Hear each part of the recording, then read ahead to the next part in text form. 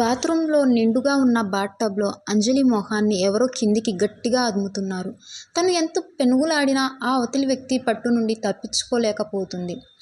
అలా పెనుగులాడుతూనే ఉంది. ఎంతసేపు పెనుగులాడినా ఎదుటి వ్యక్తి చేతిలో నుండి తప్పించుకోలేకపోవడం వల్ల కొన్ని క్షణాల్లోనే తన ఊపిరి ఆగిపోయింది. ఒక్కసారిగా బెడ్పై పడుకున్న అంజలి కంగారుగా లేచి ముఖానికి పట్టిన చెమటను తుడుచుకొని, ఇదంతా నా కల, నేను నిజంగా చనిపోయాను అనుకుని భయపడి చచ్చాను. ఇదేంటి, తెల్లారి 9 గంటలు అయినా ఇంకా సావిత్రి టీ తీసుకురాలేదు?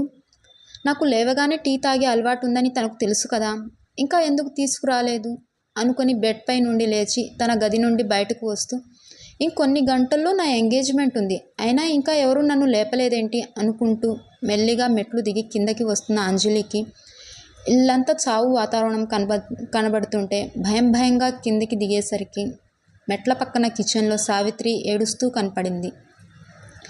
ఏమైంది దీనికి అని సావిత్రి దగ్గరికి వెళ్ళి, ఏమైంది సావిత్రి అని అంజలి అడుగుతున్నాం. సావిత్రి సమాధానం ఇవ్వకపోవడంతో ఇంకొంచెం భయం వేసి, ఇంట్లో ఎవరికి ఏమైనా అయిందా అనే ఆలోచనే మనసులో రాగానే అంజలి నిలువెల్లా వణికిపోయింది.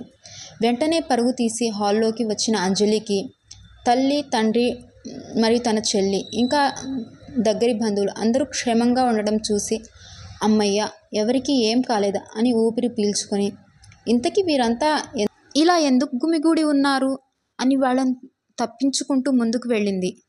అక్కడ హాల్ మధ్యలో ఉన్న దాన్ని చూసి షాక్ అయి అక్కడే కుప్పకూలిపోయింది. అప్పటి వరకు అంజలికి తెలియదు తనకు చనిపోయిందని. అసలు తనను చంపింది ఎవరు, తన చావుకు కారణం ఎవరు అని అంజలి తెలుసుకోవాలనుకుంది. అంజలి ఆత్మ ఆ వ్యక్తి మీద ఏ విధంగా ప్రతీకారం తీర్చుకుంది మనం నెక్స్ట్ స్టోరీలో తెలుసుకుందాం. Thank you.